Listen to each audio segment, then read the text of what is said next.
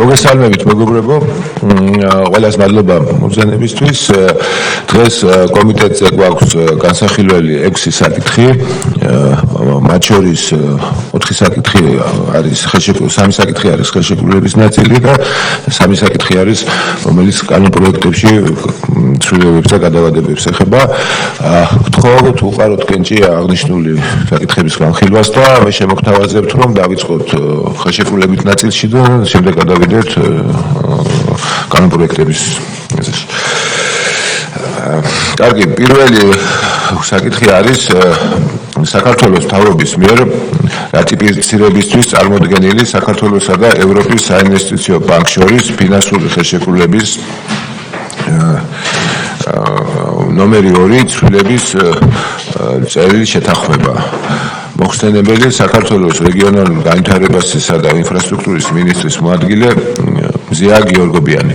გთხოვთ გალოღოთ. დიდი მადლობა, მოგესალმებით. წარმოგიდგენთ შეთანხმება საქართველოსა და ევროპის საინვესტიციო ბანკს შორის ნომერ ცვლილება ნომერ 2, რომელიც ხელმოწერილი არის მიმდინარე წელს. აღნიშნული შეთანხმება ეხება ვადის გადაწევას სესხის ხელმისაწვდომო ვადასა მიმართებაში. ეს გახლავთ შეთანხმება, რომელიც გაფორმებული არის 2019 წლის 19 თებერვალს.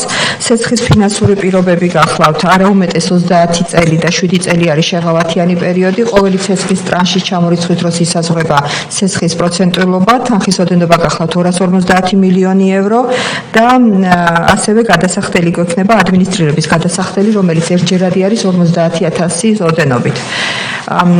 სესხის ფარგლებში განსაზღვრული არის გზის მონაკვეთების შემდეგი გზის მონაკვეთების შესრულება: რუსთავი, ალგეთი, წითელი ხიდი, ალგეთი, არაფლო სადახლოს მიმართულებით. ეს არის სომხეთისა და აზერბაიჯანის მიმართულებით დარჩენილი გზის მონაკვეთები, რომელიც იქნება შესაბამის დროში განხორციელებული. სულ ეს იყო რითი თქვაც მინდოდა და სიამოვნებით გიპასუხეთ. მადლობა. კარგით.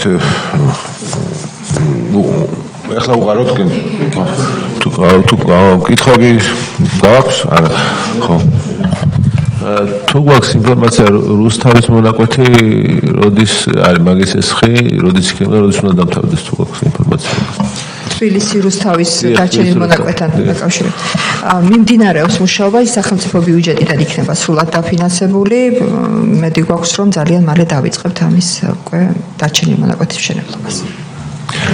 მოგესწრებული 25 წლის ბიუჯეტში მოგესწრება. ძალიან კარგი. კარგით, უყაროთ კენჭი აღნიშნულ ხელშეკრულებას. საკითხი მიღებულია. შემდეგი საკითხი საქართველოს მთავრობის მიერ რატიფიცირებისთვის წარმოდგენილი საქართველოსა და აზიის განვითარების ბანკს შორის დაფინანსების შეთანხმება. მოხსენებელი საქართველოს ფინანსთა მინისტრის პირველი მოადგილე ბატონი გიორგი კაკაურიძე. დიდი მადლობა, მოგესალმებით. წარმოგიდგენთ ინფორმაციის აზიის განვითარების ბანკთან გაფორმებულ ახალ ხელშეკრულებაზე. ზოგადად მოგეხსენებათ, რომ ჩვენ უკვე 2023 წელს განხორციელებული საკანონმდებლო ცვლილებებით სავალდებულო გავხადეთ, რომ ყველა მსხვილი ინფრასტრუქტურულ პროექტზე განხორციელდეს ძალიან სრულყოფილი ეკონომიკური კვლევები, მათ შორის მსხვილ პროექტებზე განსაკუთრებით ვაქცევთ ამას ყურადღებას 20 მილიონზე მეტი ღირებულების პროექტებზე, თუმცა არის პროექტები, რომელსაც მხოლოდ სამინისტროში არსებული გაწოდნა და გამოცდილება არ ყოფნის, როგორც პროექტი არის 200-300 მილიონი დოლარის ღირებულების. ამ შემთხვევაში, რა თქმა უნდა, მიზანშეწონილია უფრო გამოცდილი ექსპერტები ჩაერთონ ხოლმე ამ საკითხში. შესაბამისად, ჩვენ აზიის განვითარების ბანკთან გვქონდა კონსულტაცია და გვაქვს გამოყოფილი რესურსი 13,535,000 ევროს ოდენობით იმისათვის, რომ ასეთი მსხვილი პროექტების ნაწილში კვლევითი სამუშაოები და მათ შორის სოციალური და ეკონომიკური შეფასება ამ თუ იმ პროექტის განხორციელდეს სხვადასხვა ექსპერტების ჩართულობით. პირველი ტრანში რაც მოხდება და რაზეც გამოვიყენებთ ამ რესურსს არის თბილისი ახალი აეროპორტის მშენებლობისთვის საჭირო კვლევები. ეგ უკვე დაწყებულია გარკვეული კვლევითი სამუშაოები, თუმცა წელს პროაქტიულ ფაზაში შევარდა დაახლოებით 2,5 მილიონი ევრო სწორედ ამ ნაწილში გამოვიყენებთ. დანარჩენი უკვე მომდევნო 5 წლის განმავლობაში რაც მსხვილი ინფრასტრუქტურული პროექტები განხორციელდება, ყველა კვლევით დაწყებით სამუშაოებში გამოვიყენებთ აღნიშნულ რესურსს. ცეცხლის პირობებს რაც შეეხება არის 5 წლიანი ცეცხლი, ბოლოს ვიხდით ცეცხლის ზირსაც და პროცესს 5 წლის გასვლის შემდგომ საპროცედურო განაკვეთი დაფუძნებული იქნება 6 თვიანი ევრიბორზე და დაემატება 0.3 ევრიბორზე და 0.3% მარჟა დაემატება 6 თვიან ევრიბორზე. უკვე კოორდინებელი ამ პროცესის იქნება ფინანსის სამინისტრო, თუმცა რომელი უწყების პროექტიც იქნება, იმ უწყებაზე მოხდება თანხის გადანაწილება და იმის მიხედვით მოხდება ათვისებაც. დიდი მადლობა. მადლობა. მოგებრო კითხვები შემთხვევაში გთხოვთ. ძირითადად ესეთი ტექნიკური დახმარება, როგორც წესი, უფრო რაღაცა გრანტის სახით მოყვება ხოლმე არსებულ პროექტებს და სასესხო საჭიროება კი არის, მაგრამ ან რამე განსხვავებული პირობები რა ყოფილიყო თუ არის ესეთი პრაქტიკა?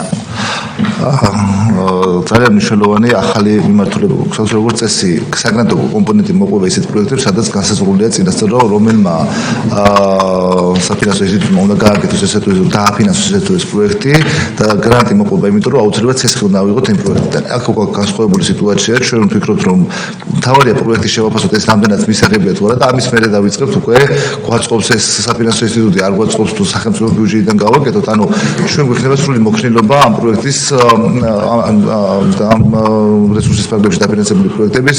აქამდე თუ აზიის განვითარების ბანკიდან გრანტს ან ძალიან შეღავათიან წესს ავიღებდით, აუცილებელი იყო რომ შემდეგ ცეცხლის უბრალოდ ამავე ინსტიტუტიდან აგვიყვო. ამ შემთხვევაში გვექნება მოხსნილების საშუალება დაფინანსების წყაროზე არ არის მიბმული ეს რესურსი. და ერთი პატარა დასუსტებაც საექსპერტო ბაზა იქნება ADB-ს თუ მაინც მოქნილები ვარ. აქაც მოქნილები ვარ, შეგვიძლია ეს იყოს სოფლიო ბანკის საერთოდ დამოუკიდებელი კვლევითი ჯგუფები, ანუ არ ვართ მიბმული კონკრეტულ საფინანსო ინსტიტუციებში შემთხვევაში. მეგობრებო, გთხოვთ ხელშეკრულების რატიფიცირებას უყაროთ კენჭი. დიდი მადლობა. წარმოგიდგენთ მესამე საკითხს, რომელიც არის საქართველოს მთავრობის მიერ საკანონმდებლო ინიციატივის წესით წარმოდგენილი საქართველოს სივრცის დაგეგმარების, არქიტექტურული და სამშენებლო საქმიანობის კოდექსში ცვლილების შეტანის შესახებ საქართველოს კანონ პროექტს. მოხსენებელი საქართველოს ეკონომიკისა და მდგრადი განვითარების მინისტრის პირველი მოადგილე ქალბატონო ნინო ენუქიძე. დიდი მადლობა. მოგესალმებით, წარმოგიდგენთ ცვლილებას საქართველოს სივრცის დაგეგმარების და არქიტექტურულ სამშენებლო საქმიანობის კოდექსში. იცვლება ამ შემთხვევაში მხოლოდ ვადა, როგორც მოგეხსენებათ მოქმედ რედაქციაში სივრცითი და ქალაქმშენებლობითი განვითარების სააგენტო ჩვენი ეკონომიკისა და განვითარების სამინისტროს სისტემაში შემავალი საჯარო სამართლის იურიდიული პირი უფლებამოსილია, რომ მუნიციპალიტეტებს აღმოუჩინოს დახმარება მათი ინიციატივით და მთავრობის გადაწყვეტილებით და კონკრეტულ ქალაქებში, დაბებში და სოფლებში შეიმუშაოს სივრცითი და ქალაქმშენებლობითი განვითარების გეგმები, მოიწონოს და შემდგომ საკრებულოში გადააგზავნოს ამა თუ იმ საკრებულოში დასამტკიცებლად. ეს ვადა ეხა წლის ბოლოს გადის. ამ პერიოდმა აჩვენა, რომ თვითონ სივრცითი მიმართულება ზოგადად რთულია, ზოგადად სოფლიოშიც ასე ვთქვათ არ არის ისე ფეხმოკიდებული და მით უმეტეს ჩვენთან. აქედან გამომდინარე, სასურველია, რომ ეს ვადა გადაიწიოს ამ კოოპერაციამ ცენტრსა და ადგილობრივ შორის ძალიან კაი შედეგები დადო. ჩვენ ბევრ მუნიციპალიტეტთან უკვე მუშაობთ დაახლოებით 12 გეგმაზე. თვითონ ეს პროცესი გეგმის შემუშავება იცის თქვენ რომ არ არის მარტივი, ანუ ორი ძირითადი საფეხურისგან შედგება და მინიმუმ 18 და 24 თვე და შეიძლება მეტიც დაჭირდეს, იმიტომ რომ საჯარო განხილვებთან, მოსახლეობასთან კომუნიკაციასთან ძალიან დიდ პროცესებთან არის დაკავშირებული. ამიტომ შემოთავაზებულია რომ ამ ვადამ გადაიწიოს 28 წლის 1 იანვრამდე, ანუ 3 წლით მოხდება გადავადება. ზოგადად კოდექსი თვითონ მუნიციპალიტეტებს ავალებს რომ 28 წლამდე იყოს ყველგან ეს სივრცითი გეგმები, რაც რთულად მიღწევადი იქნება, მაგრამ ამ ეტაპისთვის მოთხოვნილია რომ გადავავადოთ ეს ვადა 28 წლამდე და შესაბამისად გთხოვთ დაგვიჭიროთ მხარი.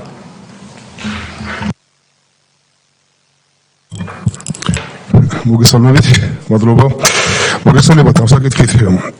მნიშვნელოვანი დაინტერესებულები ვართ სივრცითი მოწყობის დაგეგმარებით. მით უმეტეს ჩემს სამაჟორიტარო ოლქში ვარძიის მიმდებარედ მნიშვნელოვანი არის მისი ინფრასტრუქტურული ტურისტული განვითარება. ინტერესი დიდია, თუმცა ვერ ვეუბნები ჩვენ ინვესტორებს, რისი გაშენება შეიძლება, რისი არა. ქალბატონო, თუ შეიძლება გითხარით ასმეთის მუნიციპალიტეტში, როდის გვექნება ამის საშუალება, რათა მოვიზიდოთ მეტი ინვესტორები და განვავითაროთ ვარძის მიმდებარე ტერიტორია. ანუ ამ ეტაპისთვის მომავალ წელს თქვენი მიმართულებით ახალციხეში არის დაგეგმილი, რომ მომავალ წელს დავიწყებთ სივრცითი განვითარების გეგმის შემუშავებას, ანუ შრომატევადია ერთ კონკრეტულ მუნიციპალიტეტში ორ ლოკაციას ჯერჯერობით ვერ ვეკიდებით, ასე ვთქვათ, მაგრამ თვითონ მუნიციპალიტეტებთან კონსულტაციით, ასევე გუბერნიის ჩართულობით, დეპუტატების ჩართულობით გარკვეულ შერჩევას ვაკეთებთ ხოლმე, რა არის ესა თუ ის მნიშვნელობა, რითი დავიწყოთ და მე იმედი მაქვს, რომ ძალიან სწრაფად თქვენ მუნიციპალიტეტს მთლიანად დავფარავთ.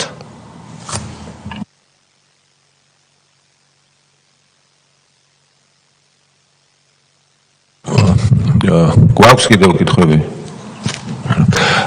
გთხოვთ უღაროთ კენჭი აღნიშნულ განპროექტს.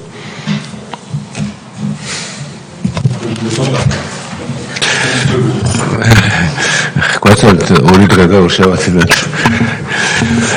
მეოთხე საკითხი საქართველოს პარლამენტის წევრის შოთა ბერეკაშვილის, ირაკლი მეზურნიშვილის, ანტონ ობოლაშვილის, გიორგი ბარვენაშვილის, ეკა სეფაშვილის, ირაკლი კიცხალიას, გოჩა ენუქიძის, ვასილ ჩიკოგიძეს, ისკო დასენის მიერ საკანონმდებლო ინიციატივის წესით წარმოდგენილი საქართველოს კანონების პროექტები.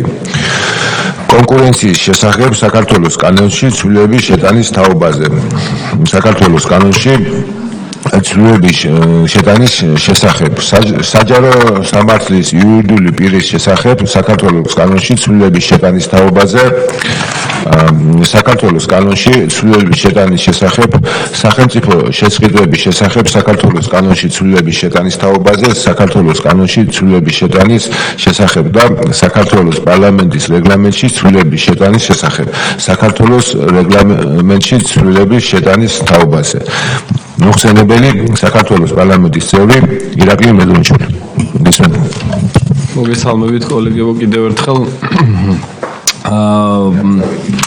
გამარტივებული წესი წარმოგიდგენთ კონკურენციის შესახებ, საქართველოს კანონში ცვლილების შეტანის შესახებ კანონპროექტს და თამდე კანონპროექტებს იმისათვის, რომ საქართველოს კონკურენციისა და მომხმარებელი დაცვის სააგენტოს მმართველობის სისტემა ერთპიროვნულად გადავიდეს კოლეგიალურ მმართველობაზე, ამაზე იყო მსჯელობა, მიზანშეწონილია უკეთ იქნას გაანალიზებული მსგავსი მოდელის აღმასრულებელი უწყებების პრაქტიკა და საუკეთესო გამოცდილების გაზიარება.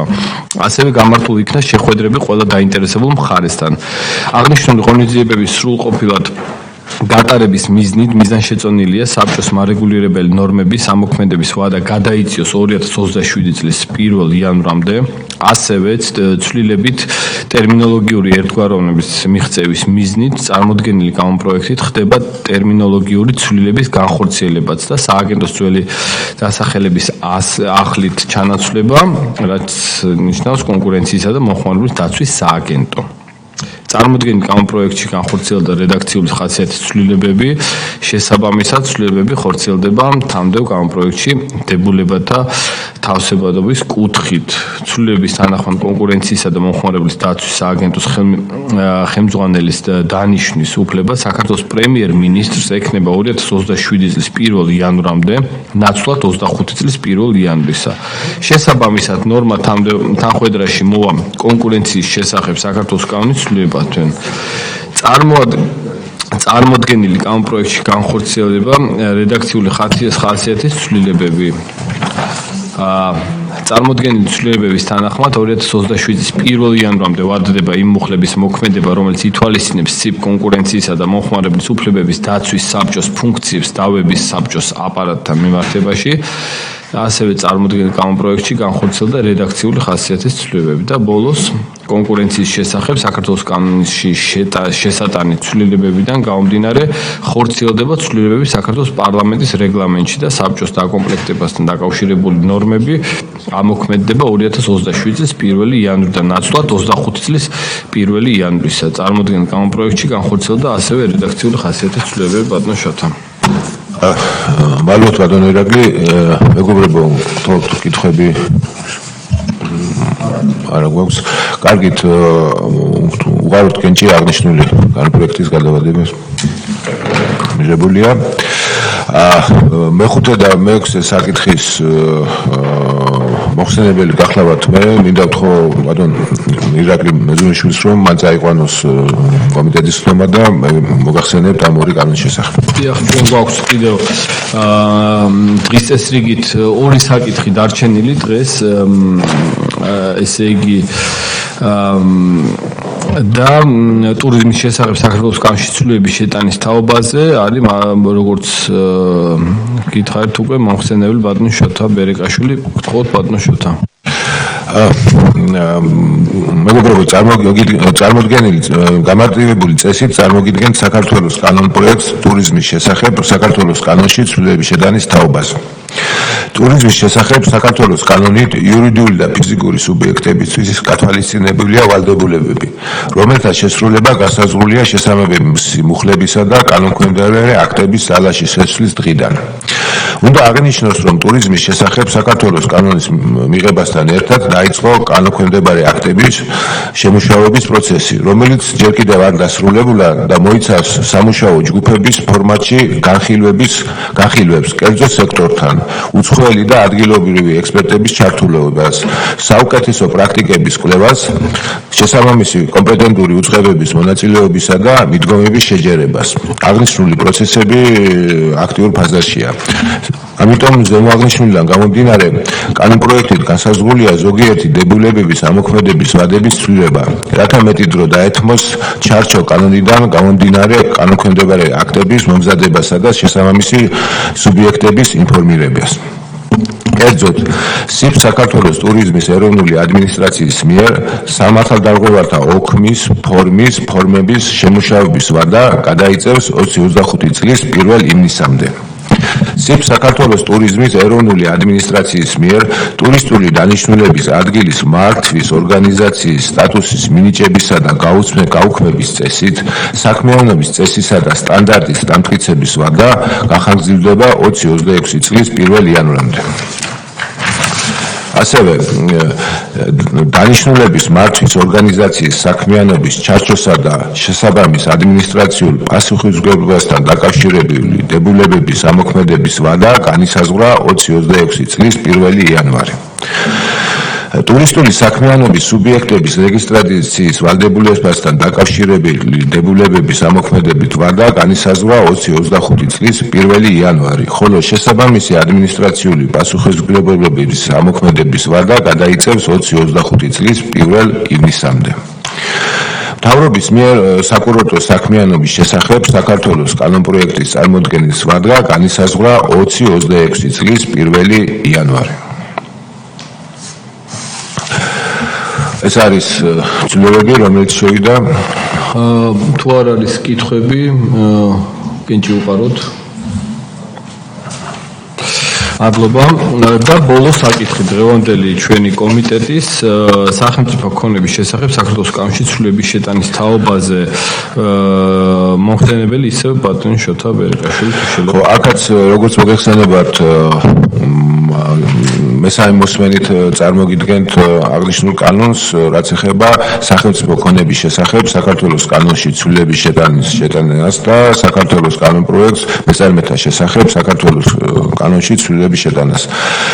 აღნიშნული საკანონმდებლო პაკეტი განხორციელდა რედაქციული ხასიათის ცვლილებები, რომელიც ასახულია კანონპროექტის ტექსტში, რომელიც თქვენ გადმოგეცათ. სხვა ცვლილებები არ აქვს. არ არის კითხვები, ამასაც უყაროთ კენჭი. დიდი მადლობა, დღევანდელი კომიტეტის წარმატებით დაგიარეთ. საკითხი.